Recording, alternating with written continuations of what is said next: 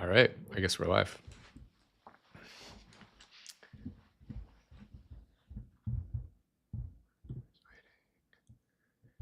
All right, I'm going to go ahead and get started.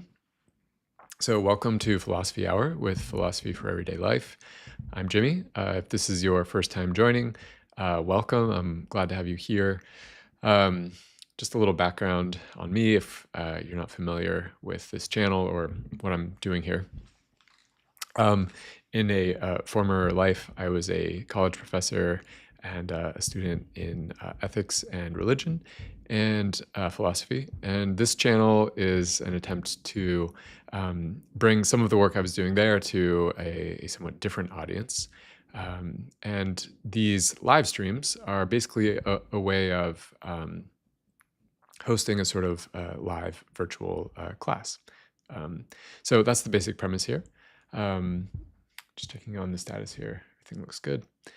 The way this works, the way that I've been going so far is actually just to read a text out loud, and you can see the text on the screen, and I'll scroll through as I read, and to stop and comment along the way. And ideally, if you have questions or comments as I go, you'll drop those in the chat, and that will give us something to discuss as well. The reason I do it this way is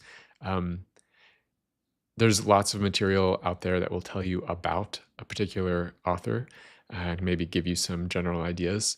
But I really think it's better, rather than hearing about someone, to encounter them directly. And the best way to do that, of course, with an author is through a text, especially if you don't have access to that author in real life. So that's what I'm doing here.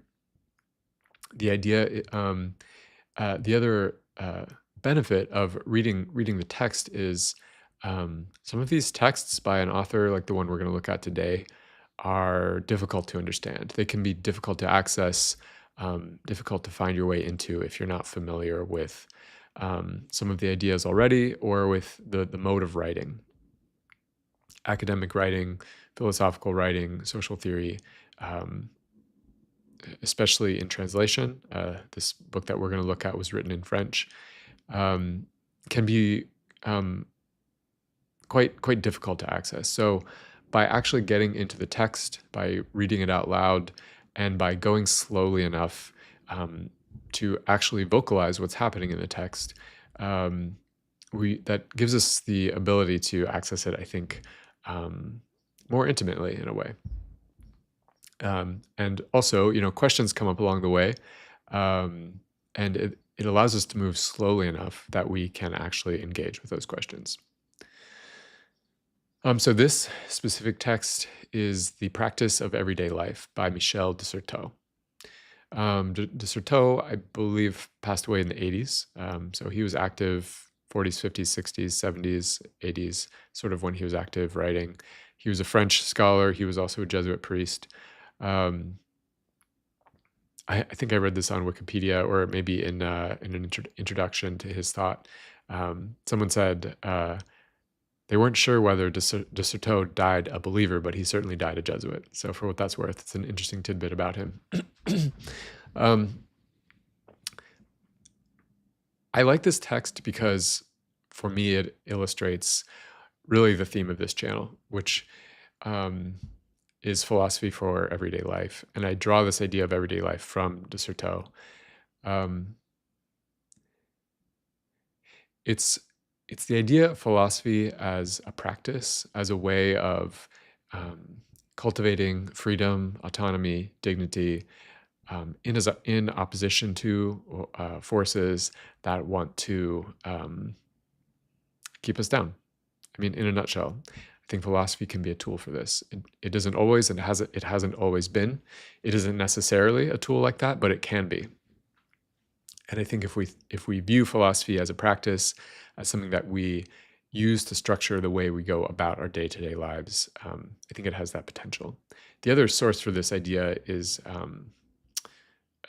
Pierre Hadot's book, Philosophy as a Way of Life. I'll talk about that some other time, but these two books are really foundational for this channel. Some of my very earliest videos were on them, And I keep coming back to these ideas. So that's why this book, The Philosophy of Everyday Life, The Practice of Everyday Life, by Michel de Certeau. So I want to look at part one. In my last live stream, I looked at the introduction.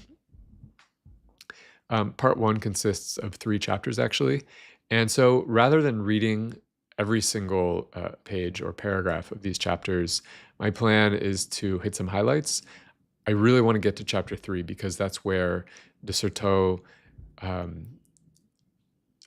elaborates on the distinction between tactics and strategies, which I think is probably the core distinction in the book. It's the most central idea. Just a little word on how the book works. If we think of it, I'll give you a couple of images. We can think of it as concentric circles. So this idea of tactics and strategies at the center, and then de Certeau kind of works out from there to explore the ramifications of this idea in a whole bunch of different applications. We could also think of the book as a series of analogies or patterns. If you've ever seen these photographs of fractals in nature, that show how like the veins of a leaf are similar to the different sort of streams of a river. De Certeau is kind of taking like this conceptual framework and going around to different phenomena and showing how they have these structural similarities. That's another way of thinking about what he's doing in this book. So all of that being said, I'm going to get started. This is part one, a very ordinary culture. I'll say one other thing. I'd like to develop a class an on-demand class that takes this method of reading a text and commenting on it and kind of walks you through the history of philosophy, from the pre-Socratics up through contemporary philosophy, over a defined period of time. So you do the course in like 30 days or 90 days, something like this. So if you're interested in being notified when this is available, you can connect with me on Substack, Jimmy Herring, on Substack. I'll put the link in the description here, but it should be there already, actually. But yeah, just putting that out there for those who might be interested in such a course. I will let you know when it's available. Okay, so chapter 1, a commonplace, ordinary language. So de Certeau wants to start out by talking about ordinary language, or the ordinary man, quote unquote, the ordinary person. How does he do this? He actually starts out by saying this theme that he's wanting to open up has been denigrated. So he says the erosion and denigration of the singular or the extraordinary was announced by this book, The Man Without Qualities. I'm actually not going to get into the details of why he thinks the ordinary has been denigrated. I think the main point is just to note that he thinks it has. He's basically going to give us some literary examples of why he thinks that's the case. And then he turns to Freud, which could seem a little bit random. But I think the reason he turns to Freud at this point is because someone might say, a sort of French intellectual of de Certeau's time might say, well, what about Freud? Because as he says here, Freud takes der gemeine Mann, the ordinary man, as the starting point and subject of his analyses of civilization, in Civilization and Its Discontents, and of religion in The Future of an Illusion. So somebody would say, well, de Certeau, we have a wonderful example of someone who does just what you're saying we should do. So your complaint is really unjustified. Okay, so what does de Certeau have to say about that? What de Certeau thinks that Freud does, actually, is turn the, quote, common man into a universal. And so he gets rid of God and he creates this other universal, the common man. And de Certeau thinks that's just as bad. Freud's still caught in this trap of appealing to the universal. So Certeau writes, as the representative of an abstract universal, the ordinary man in Freudian theory still plays the role of a god who is recognizable in his effects, even if he has humbled himself and merged with superstitious common people. He furnishes Freud's discourse with the means of generalizing a particular knowledge and of guaranteeing its validity by the whole of history. So, what de Certeau does not like about Freud is that he's using, quote, common man to generalize, to create a theory, and then to guarantee the validity of that theory. So these are all, what we'll get to later, these are strategies. These are ways of controlling or establishing a discourse that sort of enforces a certain place or boundary. So Freud is out. Freud doesn't do what de Certeau is looking for.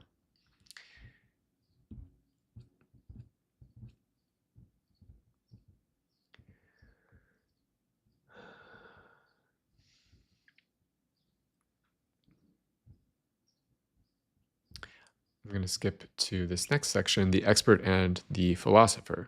So now de Certeau is going to deepen his critique. He's going to say why the expert and the philosopher are really a big problem, or really aren't giving us what he thinks we need.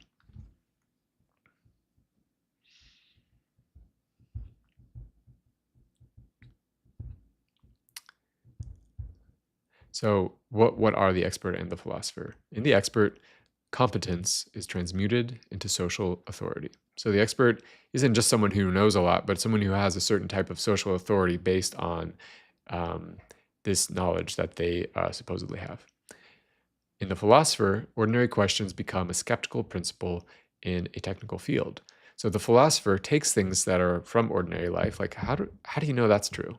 In epistemology, or what is that thing, metaphysics, or what should I do, ethics, and sort of transmutes them or transposes them from the realm of the everyday, the ordinary, into this technical discourse.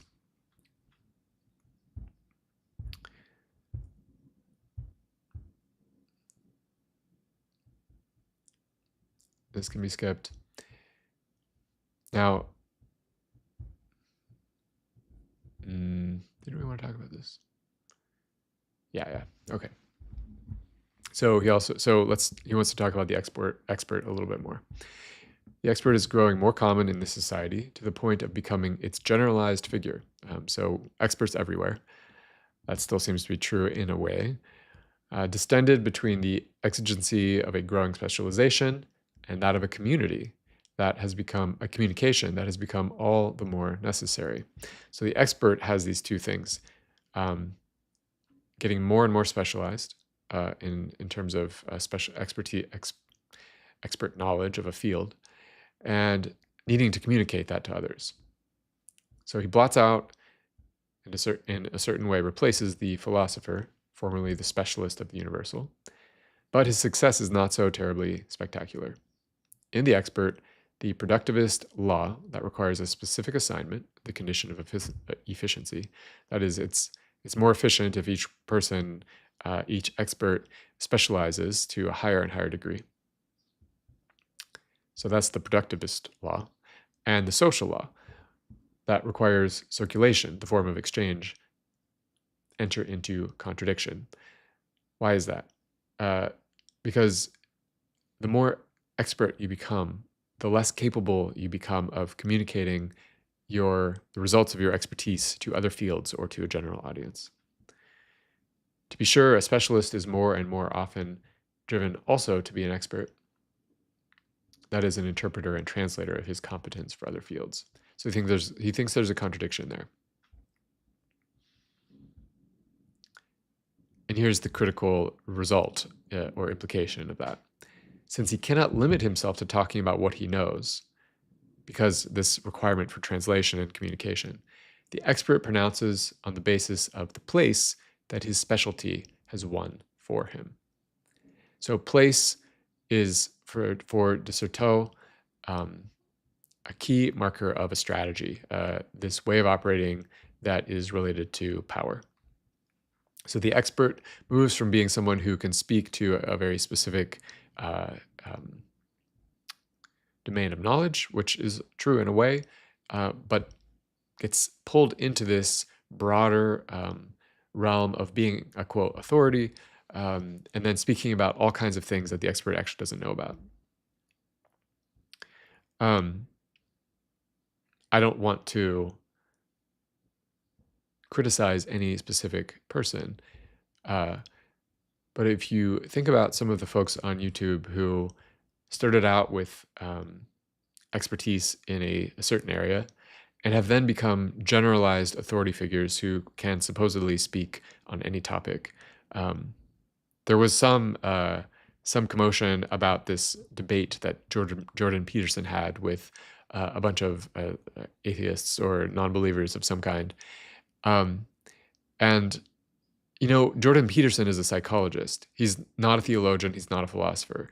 So the idea that you would take someone like that who does have meaningful training in psychology and put him in a debate with on a topic that, I mean, sure, he knows something about it, but he's not an expert by any means. But this is an example of what de Certeau is talking about, this way that an expert like Peterson in psychology gets pulled into speaking in general about anything. And we sort of, so he thinks we cannot turn to experts for knowledge of the everyday, of the type that de Certeau wants and is looking for. So what about philosophy? So even though the experts are sort of in trouble, the quote, universal discourse of earlier philosophy does not recover its rights. So we can't just go back to that, and this sort of universal approach to philosophy doesn't give us what de Certeau wants anyway. What can we do? It is also possible to turn to a philosophy which furnishes a, quote, model, and which undertakes to carry out a rigorous examination of ordinary language, that of Wittgenstein. From the perspective in which I place myself, it can be considered a radical critique of the expert. The corollary, it is also a critique of the philosopher as expert. So here's finally, in this first chapter, something useful, something that gives us what de Certeau thinks we need. And Wittgenstein was a Austrian philosopher who trained or worked in England with Bertrand Russell and others. So we won't get into all the detail on Wittgenstein, but a key idea of his philosophy was that we are bewitched by philosophical language, and it basically ties us into knots that we cannot solve using philosophy. And in a way, we need to return to ordinary language and to the way that ordinary language is used. So de Certeau says, Wittgenstein changes the place of analysis, henceforth defined by a universality identical with submission to ordinary use. This is the good thing that we get from Wittgenstein. This change of place modifies the status of the discourse. By being caught within ordinary language, the philosopher no longer has his own appropriable place. Any position of mastery is denied him. The analyzing discourse and the analyzed object are in the same situation. Both are organized by the practical activity with which they are concerned. Both are determined by rules they neither establish nor see clearly, equally scattered in differentiated ways of working. Philosophical or scientific privilege disappears into the ordinary. And this is what de Certeau wants. And he thinks Wittgenstein, on the level of philosophy, gives us a model that pushes us from the realm of the expert, from this place of generalized authority that the expert carries, from this universalizing tendency that he sees in Freud, and pushes us back into the ordinary use of language. And that's what de Certeau thinks we need to do.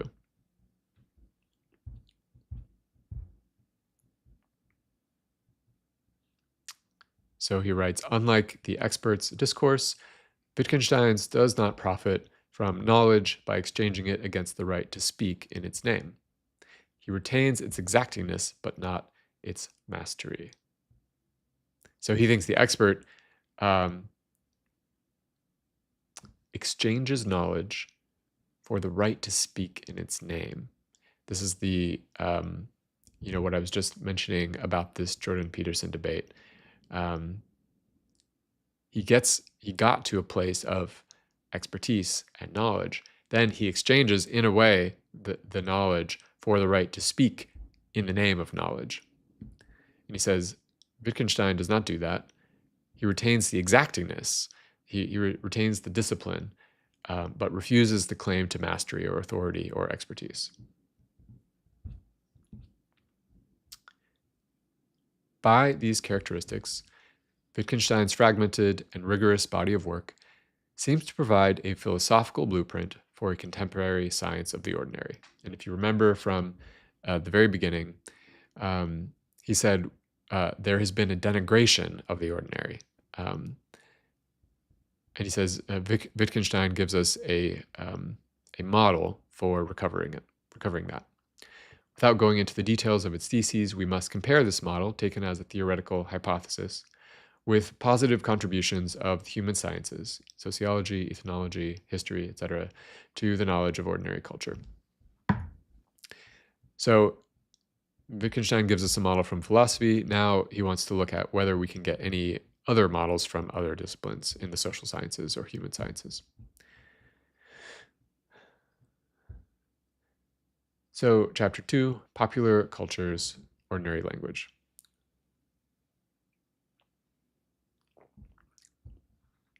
I just want to note how Certeau starts out this chapter. He does this several times. He'll open a chapter with a scene. So memories come back to me, the places of these mute silences of memory. For instance, as an introduction to a seminar on the popular culture of Northeast Brazil, a walk through the night, alive with sound in the town of Salvador, towards the Igreja do Passo. This is the Certeau performing his argument. Rather than starting with a generalization or an abstraction, he starts with a scene, with a particular, with an ordinary.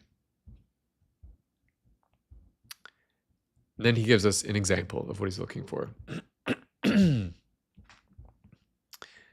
language used by the peasants of the Pernambuco in talking about their situation, and so on.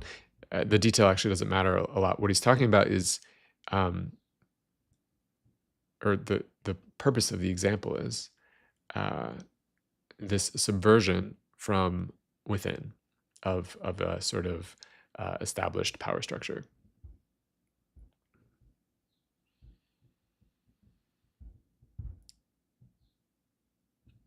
Go down to this next highlight. And what did that look like? The rural believers thus subvert the fatality of the established order. And they do it by using a frame of reference which also proceeds from an external power, the religion imposed by Christian missions. They re-employ a system that, far from being their own, has been constructed and spread by others.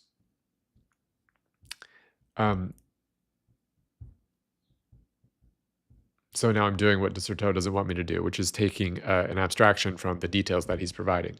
But for the sake of moving forward, he's saying that the rural peasants in this area sort of integrated their own practices, superstitions, rituals, songs, and used these sort of on the terms of this religion imposed on them, in a way that subverted that imposed religion.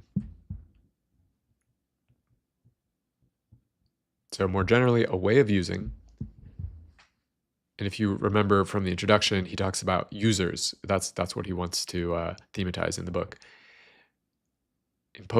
A way of using imposed systems constitutes the resistance to the historical law of a state of affairs and its dogmatic legitimations. If you're just joining, welcome. I'm reading a selection from Michel de Certeau's book, The Practice of Everyday Life. And feel free to drop your name or a question or comment in the chat. A practice of the order constructed by others redistributes its space. It creates at least a certain play in that order, a space for maneuvers of unequal forces and for utopian points of reference. This is a nice example of what he means. Like the skill of a driver in the streets of Rome or Naples, there is a skill that has its connoisseurs and its aesthetics, exercised in any labyrinth of powers. A skill ceaselessly recreating opacities and ambiguities, spaces of darkness and trickery, in the universe of technocratic transparency. A skill that disappears into them and reappears again, taking no responsibility for the administration of a totality.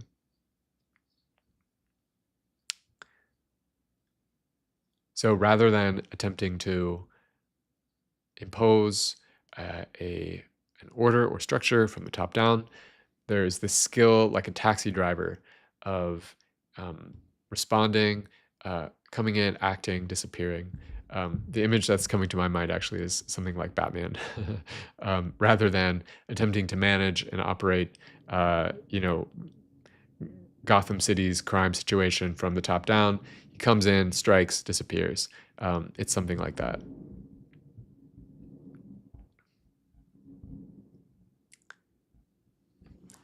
So another example he wants to look at is from the study of language. We get J.L. Austin, who is a philosopher, A.J. Grimes.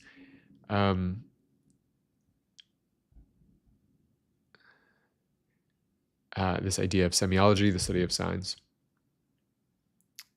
And he says, although initially concerned with the speech act, through which a speaker actualizes and appropriates his mother tongue in a particular situation of exchange or contract, this problematics, this analysis, can be extended to culture as a whole on the basis of the resemblance between the enunciative procedures which articulate actions in both the field of language and the network of social practices. I mentioned at the beginning that the way de Certeau works, one way of thinking about the book is as a series of analogies. And this is one of the core analogies.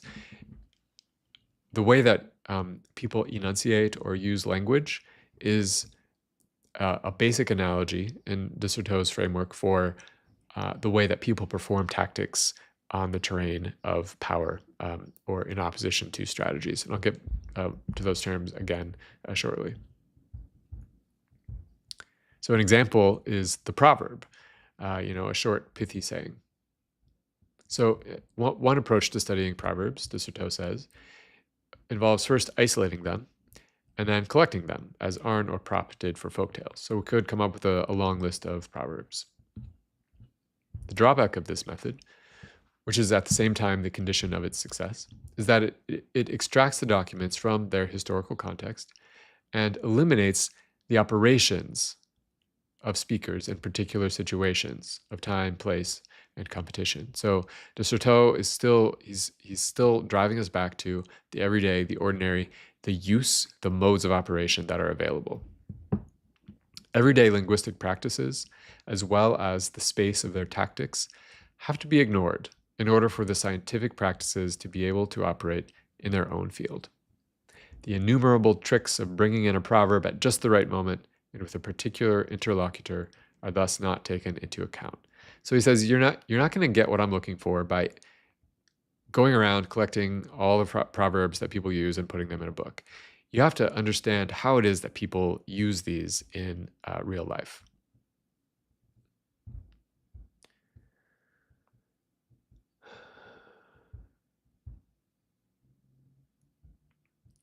He gives us a few other examples. 3 places in which, hidden only by their very evidence, the former rules of these circumstantial ways of making are already visible. Where do we see this kind of everyday use, making use of, or these ordinary modes of action happening? One is specific games of each society. Games which as operations are disjunctive because they produce differentiating events, give rise to spaces where moves are proportional to situations. So you could think of the game of soccer as and the regulation of a game by a referee. These are strategies. As well as the kind of plans of a coach. These are all on the level of strategy. But if you think of the way that Messi plays soccer in a specific game, the way that he improvises and responds to a situation, this is a tactic. This is what he's trying to get us to look at in all different kinds of situations. Is this way of the modes of action that are possible to a player like Messi who can improvise and sort of do things that are surprising and unpredictable within the realm of this structure called the game of soccer, where there are people working to maintain the structure and to keep it structured. If the coach had their way and they could do it successfully, they might plan out the whole game. But what's exciting about soccer and other sports is that it's unpredictable. And that's because of this possibility of tactics. I think I can skip the rest of this.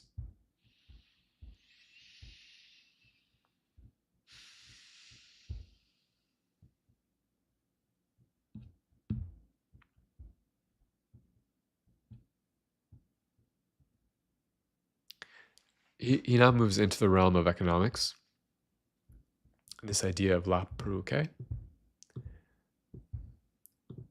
So what's the question here? One pressing question must be confronted here.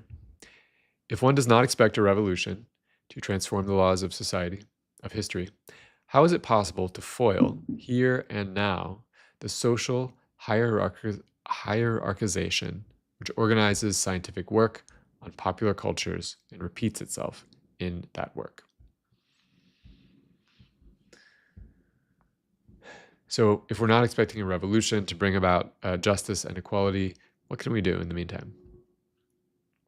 He says, an example is this thing in France, la peruque, the wig,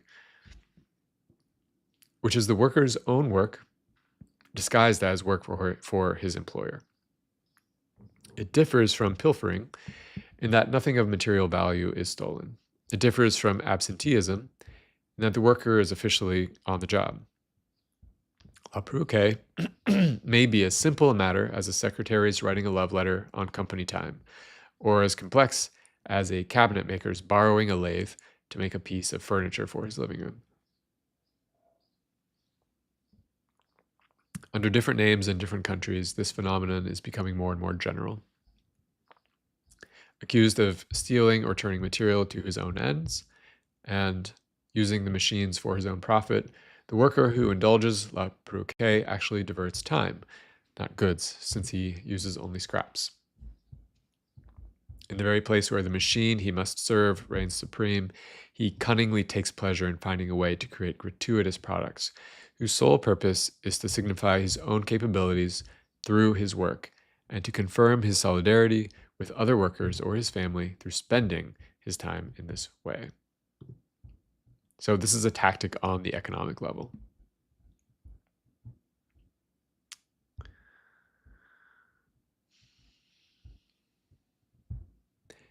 The actual order of things is precisely what popular tactics turn to their own ends, without any illusion that it will change anytime soon. So these tactics they're not oriented toward a revolution. They're sort of taking what you can get on territory that you assume will never belong to you. Though elsewhere it is exploited by a dominant power or simply denied by an ideological discourse, here order is tricked by an art. By a subtle technique, the dominant order is tricked.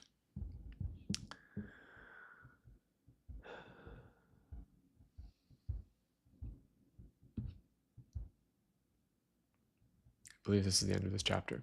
So let us try to make a perroquet in the economic system whose rules and hierarchies are repeated, as always, in scientific institutions. In the area of scientific research, which defines the current order of knowledge, working with its machines and making use of its scraps, we can divert the time owed to the institution. So he wants to use this image or this model of perroquet as another model. In the last chapter, it was the philosophy of Wittgenstein. Here, it's this um, model of the worker diverting time from the employer. It says that he wants to use this um, mode of acting in relation to scientific discourse as a whole. And when he says scientific institutions, he probably means science in a broader sense than the English word. He means academic institutions, institutions of research and knowledge. So he says we can make textual objects that signify an art and solidarities. We can play the game of free exchange, even if it is penalized by bosses and colleagues when they are not willing to turn a blind eye on it. We can create networks of connivances and sleights of hand. We can exchange gifts. And in these ways, we can subvert the law that in the scientific factory puts work at the service of the machine, and by similar logic progressively destroys the requirement of creation and the obligation to give. I know of investigators experienced in this art of diversion, which is a return of the ethical, of pleasure, and of invention within the scientific institution. Realizing no profit, profit is produced by work done for the factory, and often at a loss, they take something from the order of knowledge in order to inscribe artistic achievements on it, and to carve on it the graffiti of their debts of honor.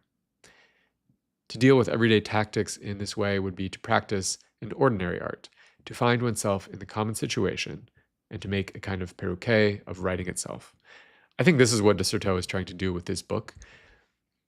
In a summary video I made on his work, I said that he performs his argument. He doesn't just want to tell us about tactics or about the everyday modes of acting, but he wants to show us what it looks like in the way that he writes the book. And I think he's saying that explicitly here. So just to orient us to where we've come so far, we've gone through 2 chapters. This is a live reading of Michel de Certeau's book, The Practice of Everyday Life. And the premise of the book is, what does it mean to resist the network of power, of forces of domination, structures of technocracy in small everyday ways, recognizing that we may not be able to undo or subvert these powers, recognizing that if we could, new powers might be established that would be just as bad or even worse. So what does it mean to stay free, to assert our own dignity and autonomy in relation to those powers in the modes of action that are available on an everyday level? That's the question of the book. That's the premise of what de Certeau is trying to figure out. And in the first chapter, he said, we've denigrated the ordinary. We've lost sight of these ordinary modes of acting. Even someone like Freud, who starts out with the quote, common man, turns that theme into an abstraction, which is not what we're looking for. We have so-called experts who make the problem worse. They speak from this place of power and authority, often without knowledge. Philosophy is obsessed with the universal. That also doesn't give us what we're looking for. But there's one particular philosopher, Ludwig Wittgenstein. He takes philosophy out of the realm of the technical and the abstract and brings it back into the realm of ordinary language. And he used a phrase that I think is really interesting and important, which is something like submission to ordinary language. And so de Certeau wants us to do that in the way that we think about resisting power, is going away from the abstract and universal, which is how the structures of power work, into the particular, into the ordinary modes of acting, speaking, being that are available in ordinary language, and also using ordinary language as a model for what we're doing here. If we were going to complain about de Certeau's project up to this point, we might say, okay, yes, you are giving us some nice scenes, some nice examples, but your own language is very far from the ordinary. So that complaint being said, there's something very interesting here, and something that I think is generative for our society still, and that I think needs to be re-articulated and re-explored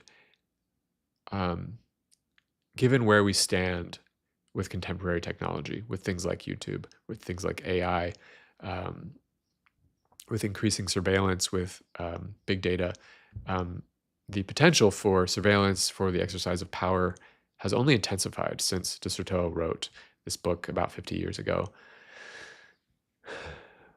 What are the tactics available to us now? Making a YouTube video could be a tactic, but it cuts both ways because while it is productive, it also we insinuate ourselves into one of the core centers of power, which is this Google, which probably has more data about us than any single entity has ever had about human beings ever in history. So we're feeding the beast, even as we perform these tactics. So that's just a question to pose. I think it's a critical question as we move through these texts. So we're on to chapter 3 now, making do, uses, and tactics. I think this chapter is the core of the book, probably. I think he outlines his core ideas more directly and explicitly here than in any other chapter. So I wanted to get to this one, and we'll take the rest of our time on this chapter. So this is chapter 3 of Michel de Certeau, The Practice of Everyday Life. In spite of measures taken to repress or conceal it, la provoque, or its equivalent, and la provoque, just to remind you, is this practice of sort of using time or insignificant resources on the job for one's own purposes. And that's the French term for it. It's infiltrating itself everywhere and becoming more and more common. It is only one case among all the practices which introduce artistic tricks and competitions of accomplices into a system that reproduces and partitions through work or leisure. Sly as a fox and twice as quick, there are countless ways of making do. So la provoque is not the only thing he's talking about. It's an example of what he's talking about.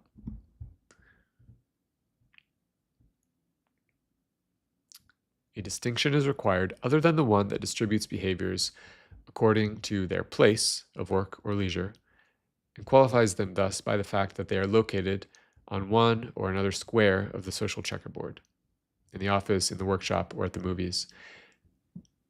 There are differences of another type. They refer to the modalities of action, to the formalities of practices. So la provoque is something you do at work. It's something you do on the job. But as an example of what de Certeau is driving at, it's limited. It's limited to a particular location. And the point de Certeau wants us to see right now is that it's not about the location. It's about the structure of the activity, the modality of action, the formality of practice. What is the? Can we describe the general features of this this mode of action, of which la provoque is an example? So we could ask here already whether de Certeau is abstracting us up to a level of generality, which is the thing he was saying we shouldn't do. These modalities of action traverse the frontiers dividing time, place, and type of action into one part assigned for work and another for leisure. So this is not just a thing you do at work. For example, la provoque grafts itself onto the system of the industrial assembly line, its counterpoint in the same place, as a variant of the activity which outside the factory in another place takes the form of bricolage. Bricolage, putting things together that don't go together, sort of constructing out of bits and pieces, out of the materials that are available on hand, using them for some purpose.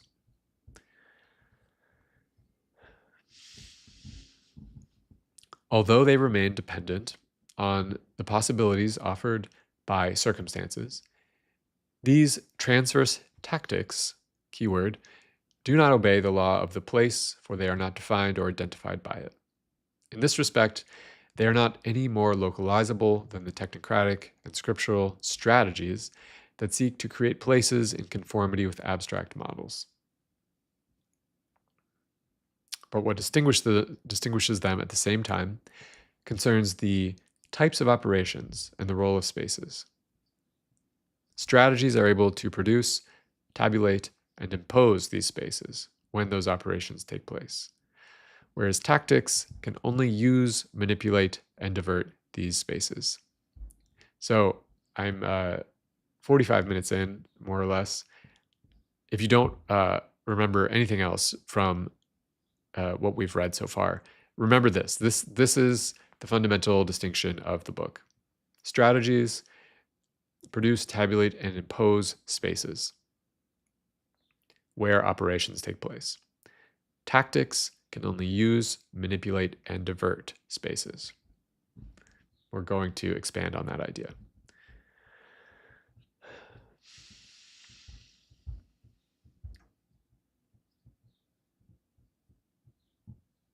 Use or consumption.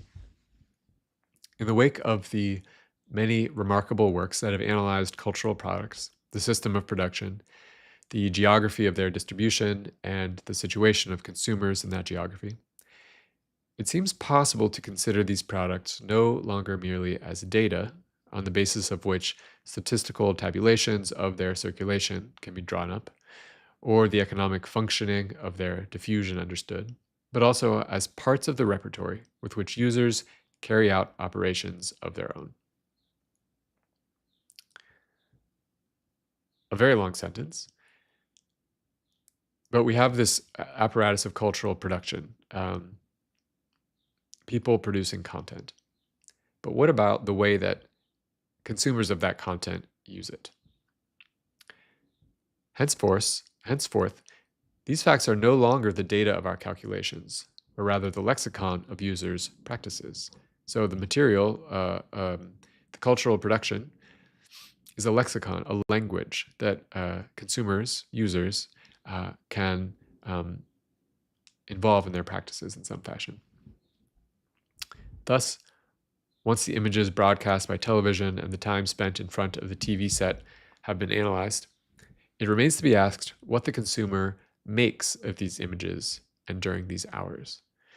The thousands of people who buy a health magazine, the customers in a supermarket, the practitioners of urban space, the consumers of newspaper stories and legends, what do they make of what they absorb, receive, and pay for? What do they do with it? The enigma of the consumer sphinx. His products are scattered in the graphs of televised urbanistic and commercial production. They are all the less visible because the networks framing them are becoming more and more tightly woven, flexible, and totalitarian.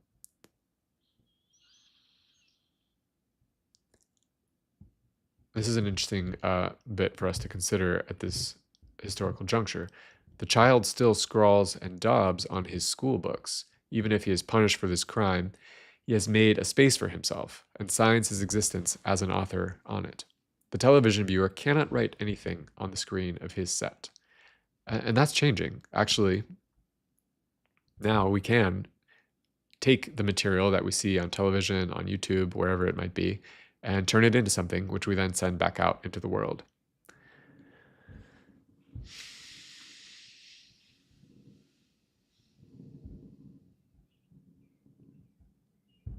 He has been dislodged from the product. He plays no role in its apparition, its appearance.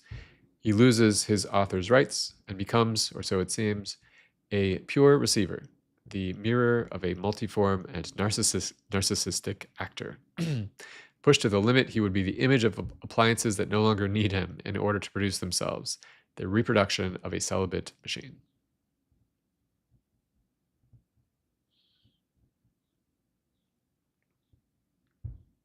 This is an example he likes, which was mentioned at the beginning of chapter 2 and in the introduction.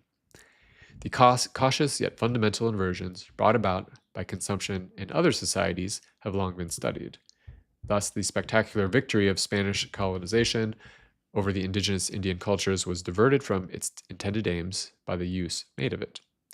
Even when they were subjected, indeed, even when they accepted their subjection, the Indians often used, the laws, practices, and representations that were imposed on them by force or by fascination to ends other than those of their conquerors.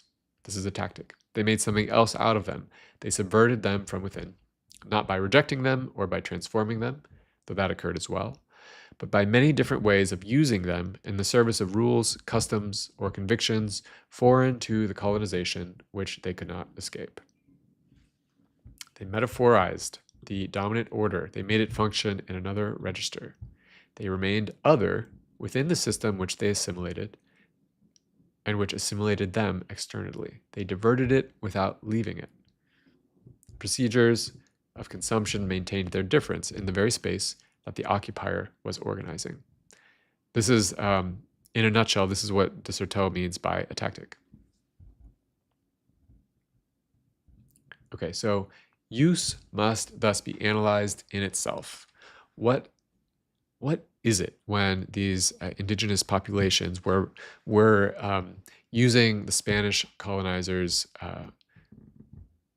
cultural framework in their own way, in their own register? There is no lack of models, de Certeau says, especially so far as language is concerned.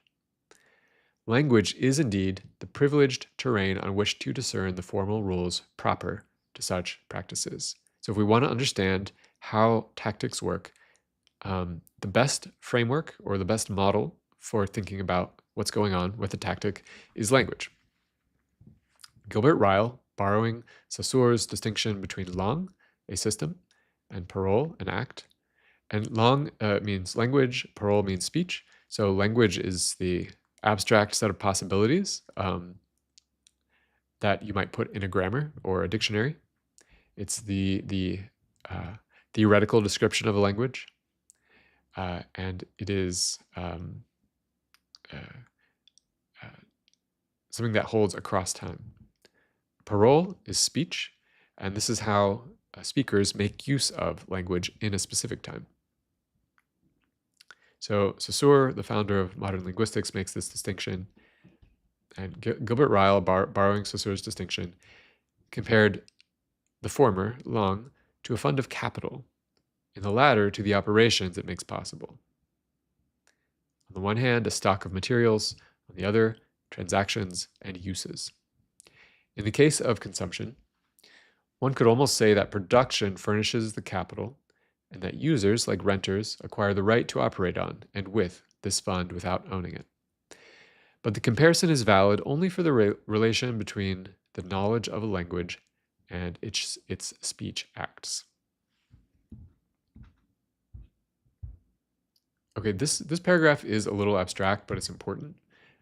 So I'm going to read it.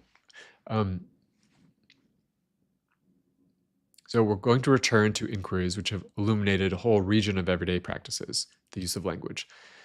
At this point, it suffices to note that they are based on a problematics, an analysis of enunciation, of speech. By situating the act in relation to its circumstances, quote, context of use, draw attention to the traits that specify the act of speaking or practice of language and are its effects.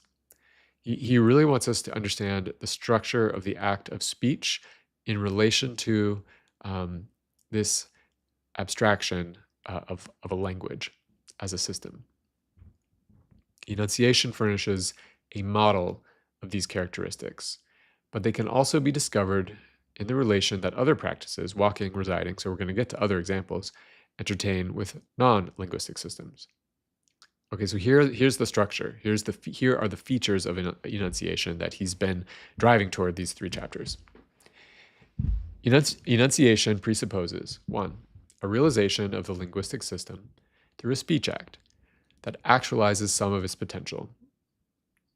Language is real only in the act of speaking. Simona, thanks for the question. Is there any example of how the indigenous population used tactics in those cases? Yeah, I totally agree with you. A concrete example would be nice. He does give a concrete example toward the beginning of chapter 2, which I did not read in detail.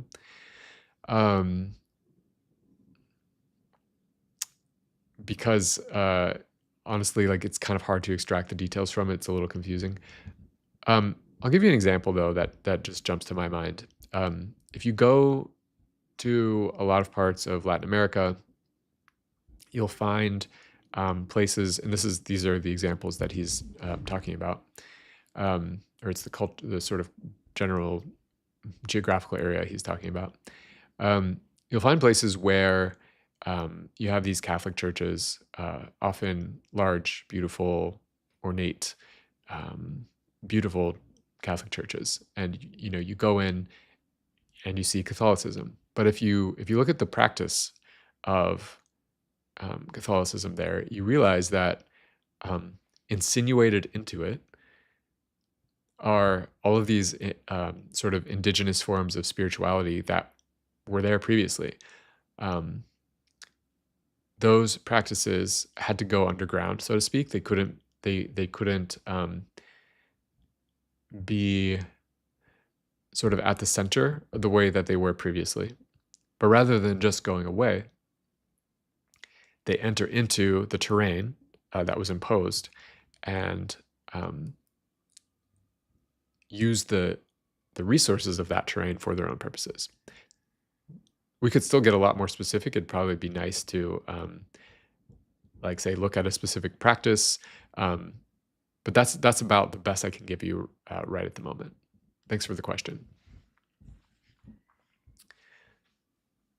So these features of enunciation. So first you have the linguistic system, and someone uses it to speak. So that's like an actualization of the linguistic system. Second, you have an appropriation of language by the speaker. So the speaker is using the language in some specific way. Yeah, you're welcome. Thanks for the question. Third, you have the postulation of an interlocutor, real or fictive, and thus the constitution of a relational contract or allocution. So when you speak, you're not just actualizing the language in some way, but you have someone you're speaking to. And fourth, the establishment of a present through the act of the I who speaks. And conjointly, since the present is properly the source of time, the organization of a temporality. The present creates a before and after, and the existence of a now, which is the presence to the world. It's quite abstract, but I think the key idea here is that enunciation works with time. It's here and now. It's not an abstract generalization that could be true at any time. It's something that's happening right now. So these are the 4 features of enunciation, and de Certeau is now finally giving us something like the structure of tactics that he's been gesturing at over these 3 chapters.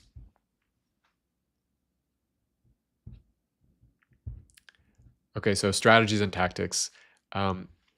He's going to elaborate now on these ideas. I'll probably go a little bit over an hour here, just so we have time to make sure that these concepts get their due. So the first interesting thing to note is that de Certeau is convinced that statistics can tell us virtually nothing about the currents in the sea theoretically governed by the institutional frameworks that it in fact gradually erodes and displaces. Statistical study is satisfied with classifying, calculating, tabulating these elements, lexical units, with categories and taxonomies. He doesn't think that this type of statistical tabulation will really illuminate the modes of acting appropriate to tactics.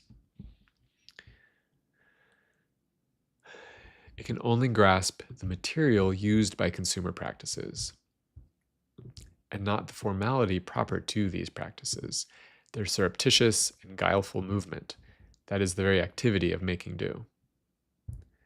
The strength of these computations of statistics lies in their ability to divide, but this analytical ability eliminates the possibility of representing the tactical trajectories, which according to their own criteria select fragments taken from the vast ensembles of production in order to compose new stories with them. So if someone said, hey, AI, artificial intelligence, breaks down language into these lexical units, words, tokens, and actually does achieve this analysis, I think de Certeau would say you can never achieve it that way. There's always going to be undercurrents, um, ways of being surreptitious and strategic and wily um, that data analysis is incapable of. Whether he's correct is another question, and I think an open question. But what is counted is what is used in statistics, not the ways of using, which is what de Certeau wants us to know. Paradoxically, the latter become invisible in the universe of codification and generalized transparency. So big data, statistical knowledge, de Certeau would want us to think, um, actually uh, cause us to overlook something essential about this everyday on-the-ground practice. So here's another definition of strategies and tactics. A distinction between strategies and tactics appears to provide a more adequate initial schema. I call a strategy the calculation or manipulation of power relationships that becomes possible as soon as a subject with will and power, a business, an army, a city, a scientific institution, can be isolated. It postulates a place that can be delimited as its own and serve as the base from which relations with an exteriority composed of targets or threats, customers or competitors, enemies, the country surrounding the city, objectives and objects of research, etc., can be managed. As in management, every strategic rationalization seeks first of all to distinguish its own place, that is the place of its own power and will from an environment. Okay, so we have this distinction between language and speech, or langue and parole, linguistic system and enunciation. That's the most basic analogy that de Certeau uses for explaining what a tactic is. The second most basic analogy is between place and time. So here he's saying a strategy has a place that it can call its own, that it sort of defends from the incursions of other sources of power. So the proper is a triumph of place over time. It allows one to capitalize acquired advantages. It is a mastery of time through the foundation of an autonomous place. It is also a mastery of places through sight. So we have this panoptic practice, this idea we get from Foucault of the panopticon and Bentham, proceeding from a place whence the eye can transform foreign places into objects that can be observed and measured, and so on. It would be legitimate to define the power of knowledge by this ability to transform the uncertainties of history into readable spaces.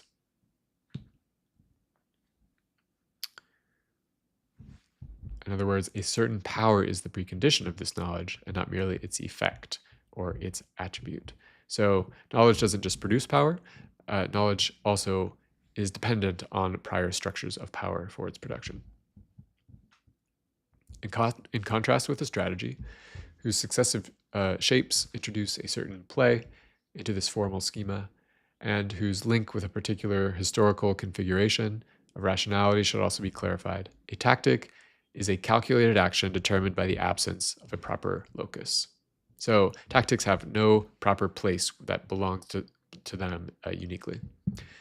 No delimitation of an exteriority then provides it with the condition necessary for autonomy. The space of a tactic is the space of the other.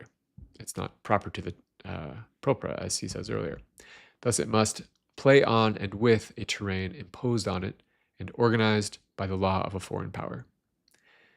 It does not have the means to keep to itself at a distance in a position of withdrawal, foresight, and self-collection. It is a maneuver within the enemy's field of vision, as von Bülow put it, and within an enemy territory. It does not, therefore, have the options of planning, general strategy, and viewing the adversary as a whole within a district, visible, and objectifiable space. It operates in isolated actions blow by blow. It takes advantage of opportunities and depends on them, being without any base where it could stockpile its winnings, build up its own position, and plan raids. What it wins, it cannot keep. This nowhere gives a tactic mobility, to be sure, but a mobility that must accept the chance offerings of the moment and seize on the wing the possibilities that offer themselves at any given moment. It must vigilantly make use of the cracks that particular conjunctions open in the surveillance of the proprietary powers. It poaches in them. It creates surprises in them. It can be where it is least expected. It is a guileful ruse. In short, a tactic is an art of the weak. So strategies have a place. They maintain the place. They use power to keep others out. Tactics have no place. They operate on the space that is owned by others, operated, managed, overseen by others. But it uses ruses. It's guileful. It's this art of the weak on the terrain of power. And this is a nice connection back to language. Clausewitz compares trickery to wit. Just as wit involves a certain legerdemain relative to ideas and concepts, trickery is a sort of legerdemain relative to acts. So tactics are witty. They act in surprising, unexpected ways. We're almost done here.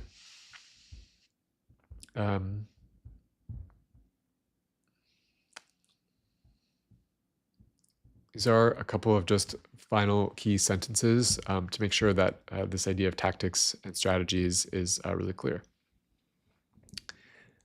So, lacking its own place, lacking a view of the whole, limited by the blindness, which may lead to perspicacity, resulting from combat at close quarters, limited by the possibilities of the moment, a tactic is determined by the absence of power, just as a strategy is organized by the postulation of power.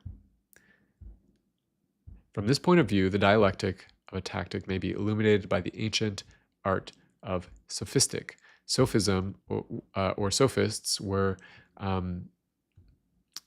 persons in ancient Greece who, if you've ever read Plato, Socrates was not a big fan of, because they sort of went around claiming that they could make a case for anything, any position that you wanted them to argue for.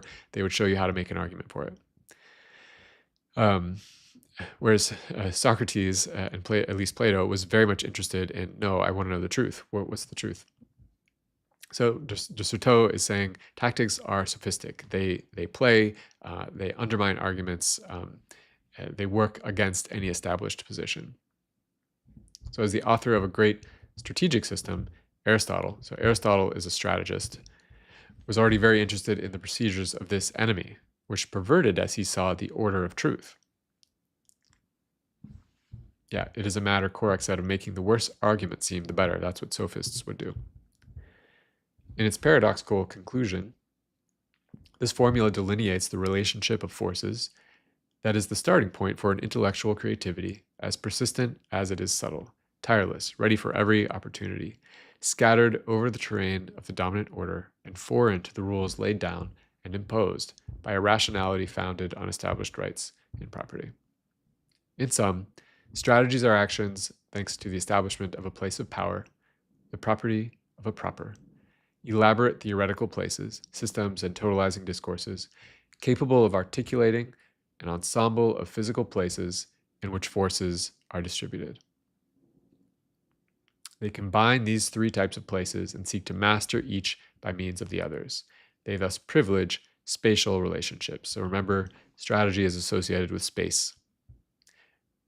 So we have a place of power, we have theoretical places, and then we have this ensemble of physical places. And strategy wants to hold all of these together.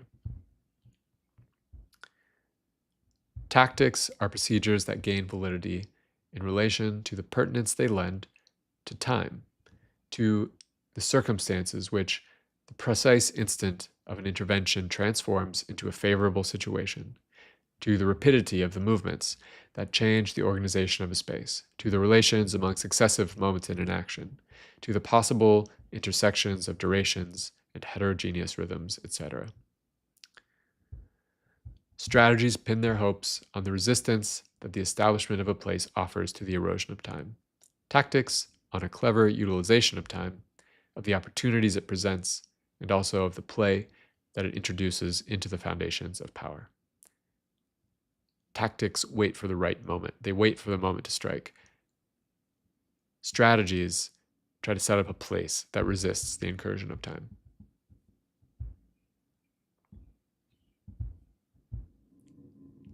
What are some other examples?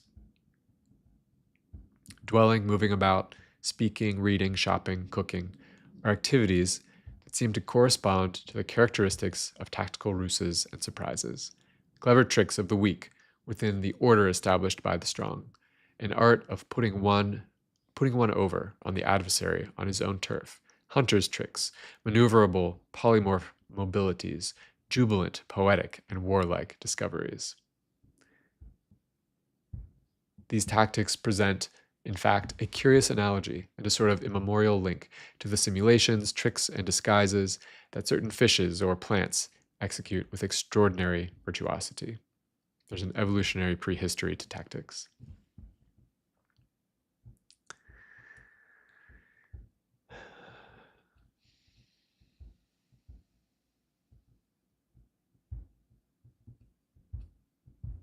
I think that's good. I think that covers the basic concepts of strategies and tactics. This is the core idea of this book. So if you want to have a sense of what Michel de Certeau is up to, knowing this distinction between strategies and tactics is really the core idea. And if you want to go just a step beyond that, you want to know that de Certeau, he says this, I think, in the preface to the English edition, that this is a study of the singular. He's trying to get away from abstractions into the way that people, the modes of action available in everyday life. So wit, la provoque, this using resources on the job or time on the job, um, tricks, ruses, all of these are examples of tactics. But there are two fundamental analogies that he offers for how tactics work. The first is the way that we make use of language when we speak. Language is this abstract system of possibilities. Speech is what we do with it in a given moment. So that's the first analogy. And the second analogy is between place or space and time. Strategy uses place. It tries to set up a place. Tactics rely on time. A tactic waits for the opportune moment to strike. So this is Michel de Certeau in a nutshell, I think. In subsequent chapters, he deals with some theoretical context. He looks at Foucault and Bourdieu to situate himself. I think he's trying to be tactical in relation to those two as probably the dominant social theorists who have a place, who occupy this role of the expert in relation to what he's trying to do. And then he looks at some specific examples. And there's also a follow-up volume that gets into cooking and shopping and things like this, day-to-day activities in more detail. So I'll spend some time on some of these follow-up ideas, but I hope this video gives you a good sense of what de Certeau is up to, what he means by strategies and tactics. And if you tuned in during the live stream, thanks for stopping by. To reiterate something I said at the beginning, I'm developing a course on the history of philosophy that will look at short text selections and sort of walk you through a series of philosophers reading a text and commenting along the way. So rather than telling you about them, you get to taste a little bit of what they're like for themselves. So if you're interested in something like that, you can connect with me over on Substack, and I hope to see you again. Thanks.